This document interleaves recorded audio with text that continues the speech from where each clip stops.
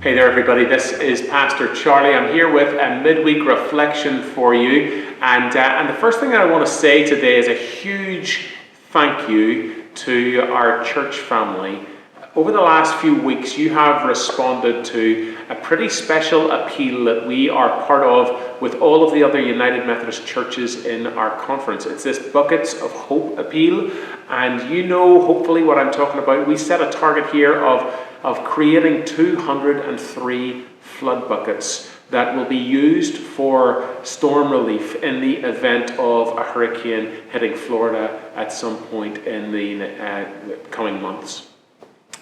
To create 203 of those things is no small task.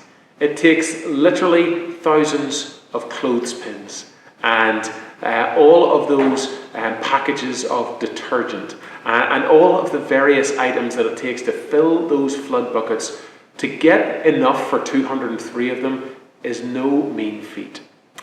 And that's why I want to say a special thank you to Lucinda Louts, to Laurie from our mission team, and to the rest of the mission team who showed up consistently through the week to make sure those preparations were being made, to Sarah Flint from our creation care team and our conference creation care team who really has been so much behind all of this as well. Friends, for financial gifts, for the gifts of those equipments, for showing up on Sunday and packing those boxes, I just want to say thank you. It takes a whole effort, and our whole Memorial Day at Memorial was such a successful event. The time of fellowship that we had together after packing those buckets was a special time that I'll not forget for a long time. The vision of seeing our whole church family on our campus, visiting with one another, celebrating what God is doing in and through us was a great thing.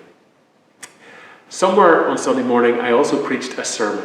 I preached a sermon that wrapped up our series on Philippians. And if you were paying attention either in our online service or in the Monday Connect that went out a couple of days ago, you will have seen the questions that we put out just to help us think through that sermon. And I wanted to take a minute to respond to a few of those questions today. The first one was about what it is to stand firm when there is so many distractions in the world around us. How can we stand firm in our faith?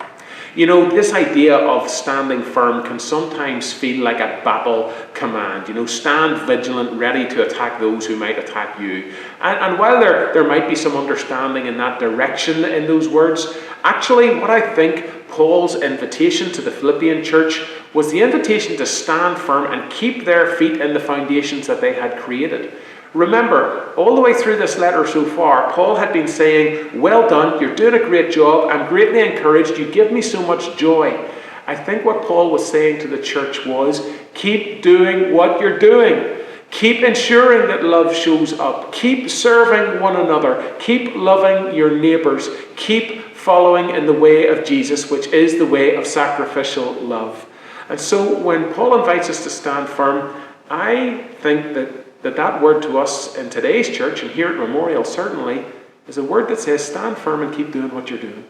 Keep creating those flood buckets when that challenge is set. Keep showing up to feed hungry people in your community. Keep partnering with the Coalition for the Homeless. Keep sending teams to Kenya and to Guatemala. Keep giving generously. Keep loving sacrificially, because this is what gives joy to those who are watching on, who are teaching us, and who are calling us to walk in this way of Christ.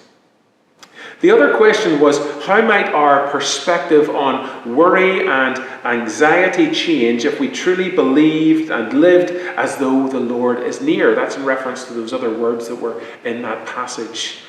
If we live as though the Lord is near, we become more and more assured of the Lord's everlasting presence in our lives, right? The psalmist, as I said in my sermon, in Psalm 139 says there's nowhere that we can go to get away from God's presence.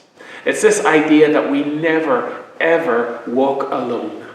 And so anytime that I experience worry or any level of anxiety, the best thing that I can do is to catch myself in the moment, just take a step back within my heart and mind, and to remember the Lord is near.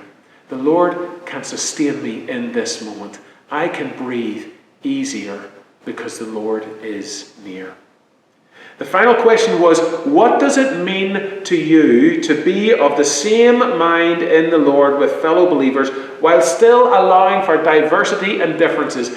Friends, this is the question of the moment in this world, right?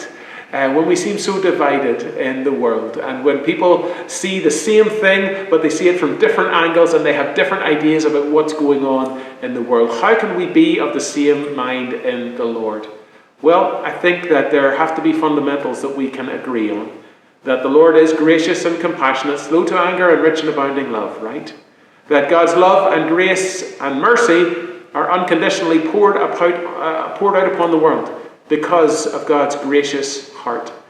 That the gifts of forgiveness and healing and restoration are there for all of us to receive. When we can agree on those fundamentals of the Christian faith, the thing that really is our foundation in this faith journey, then those other things that we form different opinions about, they can become periphery issues, things that may be important to us as individuals, but really aren't going to change what we say fundamentally about Jesus. That his love is unconditional, that his presence is always there, that forgiveness and healing are available in his name and by the power of the Spirit. So friends, how we can do that is keeping the main thing, and letting those issues that are important to us on the side, keeping them on the side, so that we can join together in service and in sacrifice for the world around us, so that that world might know that Jesus offers us a love which is unconditional and everlasting, and a forgiveness which can set us on a new journey in life. Jesus who can heal and restore our brokenness in life. So I don't know if that helps you, friends, to think through what you heard on Sunday, but I just offer you that encouragement and that thought today, that this love of God is unconditional. And when we see that as our foundation, when we remember that the Lord is near, we can face everything that comes to us in this life. Be encouraged today. The Lord is near. God bless you and take care.